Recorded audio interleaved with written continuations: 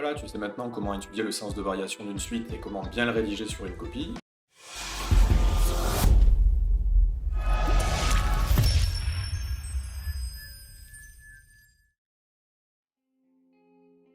Salut, dans cette fiche méthode, tu vas apprendre à étudier le sens de variation d'une suite.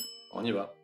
Alors pour faire cette fiche, on va s'appuyer sur un exemple. On va prendre la suite U définie par UN égale 2n carré moins n plus 1. La première étape, ça va être d'exprimer la différence entre le terme suivant et le terme courant. Alors, quand on dit le terme courant, c'est juste UN, tu vois, c'est ce que tu as ici. Et le terme suivant, c'est le terme qui vient après UN, du coup UN plus 1. Donc en fait, la première étape, c'est exprimer la différence entre UN plus 1 et UN. Donc tu peux le rédiger comme ça, UN plus 1 moins UN égale tout ça, donc on va expliquer un petit peu. Ce gros morceau-là, c'est UN plus 1, et celui-là, c'est UN. Donc on va commencer par UN, tu vois qu'en fait, on a juste remplacé UN par son expression, donc ce qui était donné dans l'énoncé, tu vois, 2n carré moins n plus 1.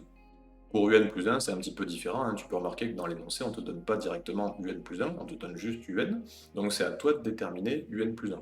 Donc pour ça, c'est pas très compliqué. En fait, tu remplaces juste tous les n dans l'expression de UN par n plus 1. Donc ici, n plus 1, n plus 1, n plus 1. C'est ce que tu as là. Tu as 2 fois n plus 1, le tout au carré. Donc tu fais attention, dans cet exemple, hein, le carré, il est sur le n. Donc ce carré-là, il faut qu'il soit sur tout le n plus 1. Donc il faut vraiment mettre ces petites parenthèses. Pareil, pour ce n-là, tu vas le remplacer par n plus 1, tu fais attention, il y a un moins devant, donc ce moins-là, il faut qu'il soit devant tout le n plus 1. Pareil, ces petites parenthèses-là, elles sont très importantes. Les seules parenthèses qui ne sont pas importantes dans le cas de un plus 1, c'est celle-là et celle-là. Tu vois, parce qu'on ne le voit pas, mais il y a un plus devant. Donc quand tu as un plus devant des parenthèses, finalement, ça veut dire que les parenthèses ne sont pas indispensables. Moi, je les mets juste pour bien délimiter un plus 1, tu vois, en les mettant comme ça, on voit bien que tout ça, c'est un plus 1. Et surtout, n'oublie pas les parenthèses autour de un, tu vois, celle-là et celle-là. Autant ces petites parenthèses dont je t'ai déjà parlé, elles sont super importantes, il ne faut pas les oublier, mais peu d'élèves les oublient. Autant celle-là, il y a beaucoup d'élèves qui les oublient, donc je te mets un warning ici. Alors ce qui se passe, c'est que ce moins, il est devant UN, tu vois. Donc quand tu remplaces UN par son expression, il faut qu'il soit devant toute l'expression de UN. Okay, donc c'est vraiment nécessaire de mettre ces parenthèses-là. Si tu ne les mets pas, en fait, ce moins-là, il va s'appliquer seulement sur le 2n carré, et ça va être faux du coup. Ensuite, l'étape numéro 2, ça va être de travailler cette expression jusqu'à pouvoir étudier son signe. Donc travailler cette expression, ça veut dire la simplifier au maximum et la mettre sous la forme qui t'arrange. Donc même si ce n'est pas vraiment l'objet de la fiche et travailler tout ce qui est calcul, on va quand même détailler un petit peu les étapes. Donc voilà la première étape.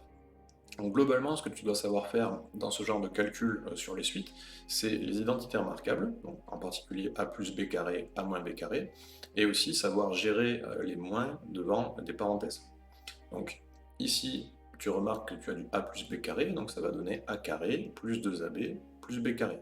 N plus 1 au carré, ça va donner n carré plus 2n plus 1. Ensuite, ici tu as un moins devant des parenthèses, donc il va falloir changer tous les signes à l'intérieur des parenthèses. Donc attention, devant le n ici, tu as un plus, donc il va devenir moins. Là, ça va devenir moins n, moins 1 du coup. Le plus 1, il ne bouge pas. Là, encore une fois, tu as un moins devant des parenthèses, pareil, c'est plus 2n carré, donc ça va te donner moins 2n carré. Ce moins-là, il va devenir plus, et ce plus, moins. En général, à cette étape, il va te rester des parenthèses dans cette expression, donc l'idée, ça va être de les enlever. Là, dans cet exemple, nous, on a juste ces parenthèses-là, mais en fonction de la suite que tu as à traiter, tu peux très bien avoir plus de parenthèses que ça. Donc là, pour enlever ces parenthèses, nous, ici, on a juste à développer le 2, tu vois, 2n carré, 4n, etc. Et tu peux remarquer aussi que dans ce morceau-là, tu peux commencer à simplifier. Tu as du moins n plus n et du moins 1 plus 1. Et donc on va obtenir 2n carré plus 4n plus 2, donc ça c'est juste le résultat de cette distributivité.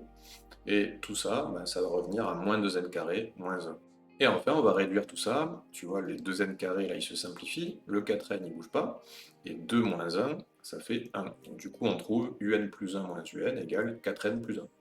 À ce moment-là, il faut te poser une question très importante, c'est est-ce que je suis capable d'étudier le signe du résultat que je viens de trouver, donc dans ce cas-là, 4n plus 1. En fait, quand tu auras un petit peu l'habitude, tu sauras dire, voilà, je m'arrête ici parce que je sais étudier le signe de ce truc-là. Là, si tu n'as pas trop l'habitude, il faut que tu me fasses confiance, on peut s'arrêter à 4n plus 1, il n'y a pas besoin d'aller plus loin.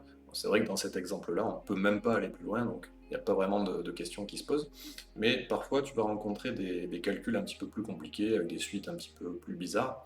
Bon, parfois, tu vas te poser la question, est-ce que je m'arrête, est-ce que je m'arrête pas? Ben, en fait, le critère d'arrêt, critère de stop, si tu veux, c'est je sais étudier le signe de ce que je viens de trouver ici.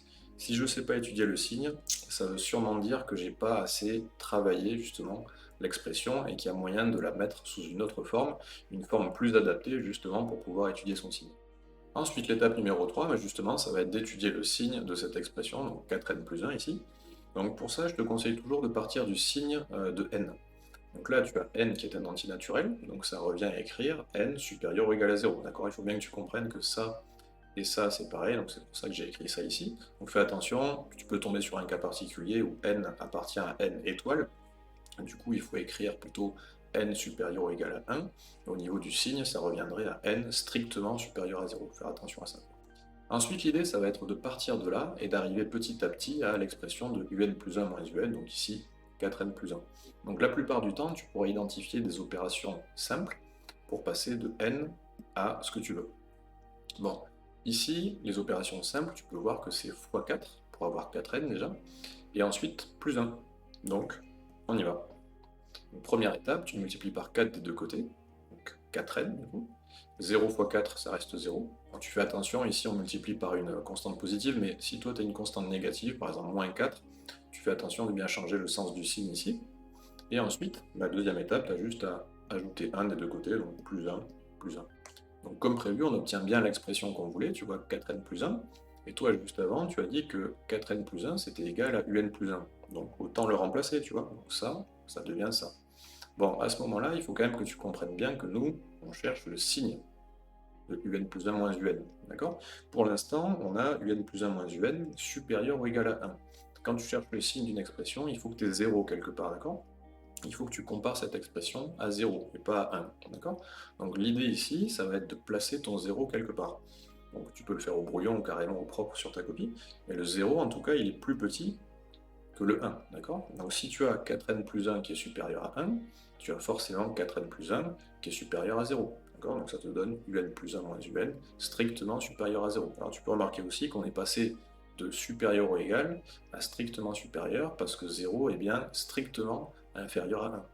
Petite remarque, il faut que tu saches que ce qu'on vient de faire ici, donc passer de 1 à 0, en fait ça a un nom, ça s'appelle élargir un encadrement, et c'est très courant d'avoir à le faire dans ce type de démarche, parce que, en fait, en partant d'ici, en appliquant des opérations simples pour retrouver ton expression, bah, très souvent, tu ne vas pas tomber sur 0, ici, par exemple ici on tombe sur 1, et ça va être à toi d'élargir l'encadrement pour justement faire apparaître 0 et pouvoir étudier le signe de l'expression.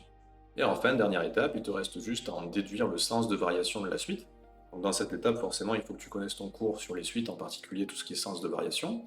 Donc je te rappelle, nous on a trouvé un plus 1 moins un strictement positif, donc on va pouvoir dire un est strictement croissante, d'accord? Strictement positif, ça va correspondre à strictement croissante. Si on avait trouvé supérieur ou égal à 0, on aurait juste dit croissante sans le strictement. Si on avait trouvé strictement inférieur à 0, on aurait dit strictement décroissante. Alors petite remarque ici, quand tu mets une suite dans une phrase comme ça, fais attention de bien mettre les parenthèses. Voilà. Allez, maintenant on va regarder comment bien rédiger sur une copie si on te demande d'étudier le sens de variation d'une suite. Donc, pour l'exemple, on va prendre cette suite, un égale 2n carré moins n plus 1. Donc au niveau de la rédaction, première étape, tu vas exprimer la différence entre un plus 1 et un. Donc, tu remplaces un plus 1 par son expression et un par son expression aussi. Ensuite, tu vas simplifier cette expression-là jusqu'à obtenir une expression dont tu sais étudier le signe. Donc là, on trouve 4n plus 1. Troisième étape, bah, tu passes justement à l'étude du signe de cette expression que tu as obtenue. Tu pars toujours du signe de n. Ici, n, c'est un antinaturel, donc ça veut dire que n est supérieur ou égal à 0. Et ensuite, par opération successive, tu t'arranges pour retomber sur 4n plus 1. Donc là, tu fais x4 plus 1. Donc ici, tu veux 0 à droite, là tu tombes sur 1, donc tu élargis l'encadrement, et tu tombes sur un plus 1 moins un, strictement positif. Et dernière étape, tu en déduis le sens de variation de ta suite, parce que ton cours te dit que si tu as un plus 1 moins un strictement positif, bah, ta suite est strictement croissante. Voilà, tu sais maintenant comment étudier le sens de variation d'une suite et comment bien le rédiger sur une copie. J'espère que cette fiche méthode t'a été utile. Moi je te dis à bientôt dans la prochaine vidéo.